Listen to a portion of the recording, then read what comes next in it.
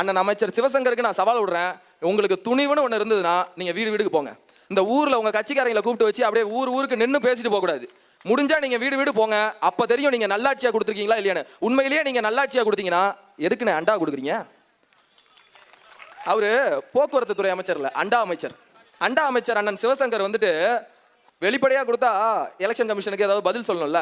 அதனால நம்ம சேப்பாக்கா சேகுவேரா சின்ன தத்தி அண்ணன் உதய ஸ்டாலின் இருக்கார்ல, அவரோட பிறந்த நாளை முன்னிட்டு கொடுக்குறாராம். பிறந்த நாள் எப்போ தெரியுங்களா? நவம்பர் 27. அண்டா கொடுக்குறது எப்போ தெரியும்ல? பிப்ரவரி 17. கிட்டத்தட்ட 100 நாள் கழிச்சு ஒரு பிறந்த நாளுக்கு தராங்க. கேட்டால் அவர் பிறந்த நாளை முன்னிட்டு கொடுத்தாராம். ஏன்னா இதுதான் இவங்களோட திராவிடத்தனம் அப்படிங்கிறது. இந்த தொகுதியில் எந்த ஒரு அடிப்படை வசதியும் குண்டம் தொகுதியில் அவர் செஞ்சு தரலை.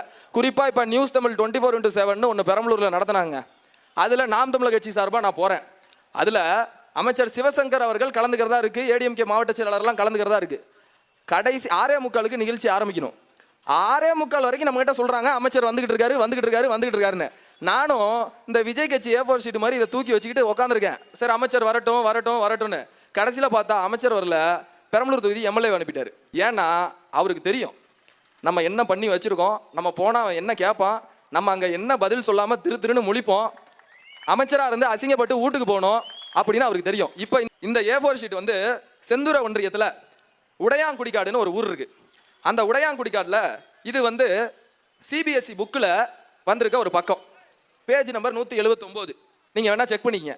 அதில் வந்து காட்டு கோயில்கள் அப்படிங்கிற தலைப்பில் பெருமை மிகு, அதாவது ஒரு கோயில் இருக்கும், அதை சுற்றி பயங்கர காடு இருக்கும், ஒரு பசுமையாக இருக்கும், ஒரு நிம்மதியாக சிறப்பு வாய்ந்த ஒரு பகுதியாக இருக்கும் அந்த இடம் அப்படின்னு சொல்லி CBSEயில் கொடுத்துருக்காங்க. அதில் 4 தான் கொடுத்துருக்காங்க. அதில் நம்ம அரியலூர் மாவட்டம் செந்துறையை சேர்ந்த உடையாங்குடிக்காடுகளில் இருக்கிற அந்த கோவில் ஃபோட்டோ இருக்குது. அந்த கோவில் வந்து எப்படி இருந்ததுன்னா இப்படி இருந்துச்சு. கோயிலே தெரியாது, ஃபுல்லாக மரம், அவ்வளோ பசுமையாக அதுக்கு நடுவில் இருந்தது அந்த கோயில். அது இப்போ எப்படி தெரியுமில்ல இருக்குது, இந்த இப்படி இருக்கு. இந்த பெருமை யாருக்கு போகும்னா நம்ம அண்டா அமைச்சர் அண்ணன் சிவசங்கருக்கு தான் போகும். ஏன்னா அதை விட கொடுமை இங்கே என்ன வந்திருக்கு தெரியும்ல, நீதிமன்றம். இப்போ அந்த நீதிமன்றம் கட்டுறேன்னு சொல்லிட்டு செந்துறையில் ஒரு வாக்குறுதி கொடுத்துருந்தாரு, நீதிமன்றம் கொண்டு வரேன்னு. அதுக்காக தேர்தல் வரவும் அவசரமாக நீதிமன்றத்தை கட்டிடுவோன்னு சொல்லி அவ்வளோ சிறப்பு வாய்ந்த கோயில் கற்களெல்லாம் இடித்து தள்ளிட்டு அந்த மொத்த மரங்களையும் அழிச்சிட்டு அவ்வளோ சிறப்பு வாய்ந்த இடத்தெல்லாம் அழிச்சிட்டு இந்த நீதிமன்றம் கட்டுறேன்னு சொல்லி பல கோடி போட்டு உருவாக்கிட்டாரு. நீதிமன்றம் கட்டி முடிக்கல, அதுக்குள்ள அந்த ஊர் மக்கள் எல்லாரும் கோர்ட்டுக்கு போய் நீதிமன்றம் கட்டக்கூடாதுன்னு நீதிமன்றமே ஸ்டே கொடுத்துருச்சு. இப்போ அது வந்து கோர்ட்டில் அந்த கேஸ் ஆனாலும் அதை மீறி அரசாங்கம் நடத்திட்டு இருக்கு. இதில் கொடுமை என்னன்னா, அது வந்து இதில் அமைச்சருக்கு தெரியாமல் நடந்திருக்கலாம் அப்படின்னு நீங்கள் சொல்லலாம். அமைச்சர் தான் அடிக்கல் நாட்டினார். அதுவும் அந்த கோயில் வந்து அறநிலையத்துறை கட்டுப்பாட்டில் இருக்கு. அப்போ அறநிலையத்துறை கட்டுப்பாட்டில் இருக்கிறதையே அந்த மக்கள் எதிர்த்துக்கிட்டு இருக்காங்க. எங்களுக்கு வந்து வேண்டாம், அது வந்து ஒரு தனிநபர் கொடுத்ததுன்னு. இதில் அறநிலையத்துறை கட்டுப்பாட்டில் வச்சுக்கிட்டு இப்படி அரசு இப்போ பல கோடி போட்டு அங்கே வேலை நடந்து பாதியில் நிற்கிது. இப்போ இதுக்கு யார் பொறுப்பு? யார் வீட்டு காசு?